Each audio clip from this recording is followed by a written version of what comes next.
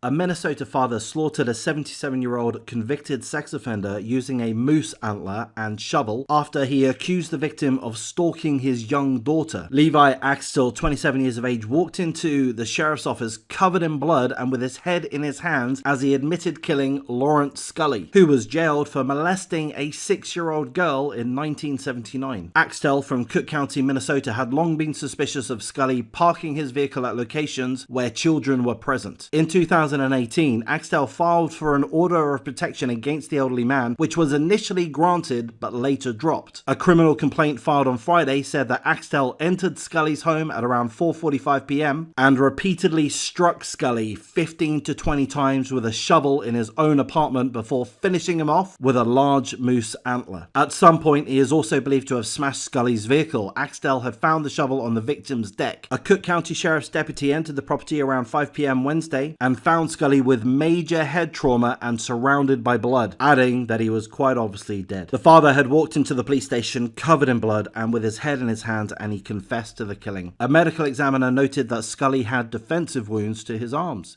He was fearful. Scully was 33 when he pleaded guilty and was jailed for molesting a 6-year-old girl. Axtell told officers in 2018, "I've seen him parked right next to the school. He is a convicted P, and him stalking and attempting to groom my daughter is completely inappropriate and needs to stop." Quick commentary: I'm in two minds. I don't feel sympathy for the victim. He's a convictive P. F that guy. Should Axtell have killed him? No. Shouldn't have done that. But at the same time, it is understandable, especially if he genuinely felt that he was still an active P. So I'm not 100% confident on my opinion, but ultimately I think he's admitted to having murdered Lawrence Scully. But at the same time, I'd give quite a bit of leniency, just because he was a disgusting P.